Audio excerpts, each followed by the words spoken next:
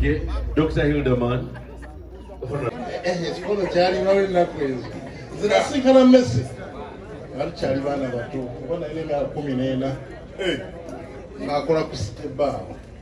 nga nsula ku nnyumba ze mulaba emabega wano bwe twali tusula Messe n'avaawo ng'asula nakasero nga kumpi n'ekisaawa awo era nga buli lwanyuka ajjaawo ne muwerekerako paaki ku Macdonald Road wali netudda bbanga lyawerako nagatandika okuyimba na studio wali ya Mega Trucks nemugatandike ngatekamu trucks netukuwa freestyle atukola bitambula tambula agenda kuleeta kyali namulabye ayimbiramu echoes wali wansi mu kinyawo jamula ngalinda olumu ng'alese lwagaddi nakoza mutono mukko era ng'ayambala lineni ne musooso musajja alinga alusi mabere netamukukola obuyimba eventually lwagaddi yagenda yabomba yagenda e London Messe naye omusajja nkoze noonya abantu mu process eyo yakwata ku bayimbi bangi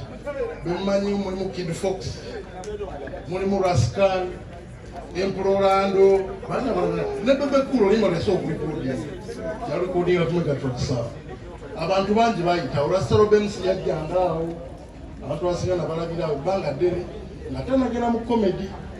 eventually nafuna omulimu Viper Room gyafuna ate omulimu ku Dembe yali first employee 001 ng'ekyali under Karim yali Messe olwagira bulamu n'atandika ebintu ebitugenda mu mbeera ez'enjawulo naye kyenzijukira ekisembayo mba ngezo kyusa passport ozijja mu neve blue ogiza mu light blue awo ku internal affairs namusangawo nanyambalako okuyita mu kalayini okuwagusa okubuka wali nambuza omanyiyo omuntu asobola okunfulira invitation ey'omu America enakyaliwa bamuyita DJ Ron Lwanga nemuwoleza message era wayita eddakiika nga 2 n'afuna invitation yagenderako agenda otuuka nangamba ola mwana naze mu hoteri mulimu ne jacuzzi mwana kabulaasa era mbadde njogera naye buli mwezi sande esembayo nga nkubira saawa eno zibanga 2-3 akubira mwogera mubiri ebiri eyo kyekigenda maaso lwe yasembayo okwogera nange angamba naguze motoka mpya so nagenda okuwulira ate ennaku zino zasembyeyo nti Mukama yamuyise naye nga mwebale nnyo abali mu North America okubanga mugezezzaako kyonna kye musobodde mwali muva wali okomya omusajja waffe ono omusajja ono w'amaanyi abayimbi bakutteko bangi ne Kamiri kamba histori ya Kamiri eyo mbadde njeerane aba akola mu Viper Room nanga mwana njaye nkyamugenda olwolagadde ayiseemu omwana anoonya replacement ya Dahomies nanga waliwo gaya gwogenda musanga enkya ku makya ku esokona yeri awo wansi ekyaliwo kati waliwo banka wa baroda otwale gayo oyo mu recording oluyimba ewa Godi Lubuulwa Namulondo Theatre nange nakera ku makya Kamiri namusangawo yali wampisa akerawo saa 2 natuukawo 3 netulinya taxi mpaka ku Namulondo neturecording oluyimba mamuyita Ddungu oluyimba olusimanyi gyegwalanga wakamese yalusigaza nze muyita Kamese gwali erinya bwetwamuyitanga twalurecording ennaku ezo Kamiri ayimbanga Shaggy neturecording oluyimba Kamese naga ndi adduba watemufaire agenze sirufunye ne emyaka gyegamba giweraga nga mamiya tannafuluma so emusajja affe oyo atugenzeeko n'abaana mbagaliza ne bannamwandu mubeere ku musajja ate musajja talina lutalo na muntu yenna era omuntu wajjawo nanga nayomba ne Kamese mpozi namwayombera mu WhatsApp naye nga bino ebya direct confrontation kale tabirina abadde musajja waffe agenda ba mukulu Kasuku wange ate yakola naye ku Dembe empya yevudde wa Kaliyo n'abawe ku kyamumanyiko nkuwenu banakuwulira bajja kumpulira so ku lw'obudde tusigenda kwogera bintu bingi naye Messe oyo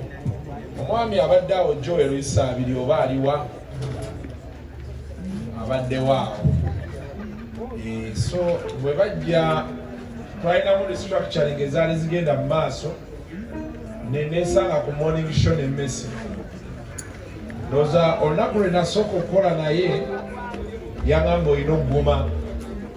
abasajja b'ogenda otandikako si bangu bakutwala bamalina okuloga era emyezi omwaka ogwo gwasooka twalina emmese nga oluusi ne bwino yatuwa kati yita wano okola booti abasajja ojja banavigatinga booti ndoza ekintu kyensinga okujjukira ku mmese njoera oyo bayitawo omwaka nga tukola yeekyanga ava ku mulimu abaddamu okukwata ekintu nga tebanjagala kati bagamba omusajja oyo agende Messe ne Straka be bakulembera ne bagamba omusajja baaba agenda naffe tugenda era ennaku bbiri kyo tekwali bakola essimu n'enkubirwa n'enkomawo ne tuddamu ne tukola so Messe yeyo solida gye yali ayina ku bantu be yali akulinako lo bw'atuuka mu Amerika namuwulizaako nalaba WhatsApp ye by the way gye yasembayo okumpeereza ale nagiraba lunaku lwe yafa nga bamaze otugaa nti Messe afudde kati ne ŋŋamba bannange anyway that is life. Njakulaba oli omwana gwe bayita Rihanna yaliwa muwala oyo yali amwogerako nnyo bambi nsanyusa okulaba nnyabo mujja kuguma bambi ensi bwetyo naye ekyokukola tewali mukama amuwummuze mirembe tujja kukwataganira embalala twagala okuyita ku mwami Lwagadi Kazibwe Daniel Sebo wali jangu oyogereko n'abantu koddako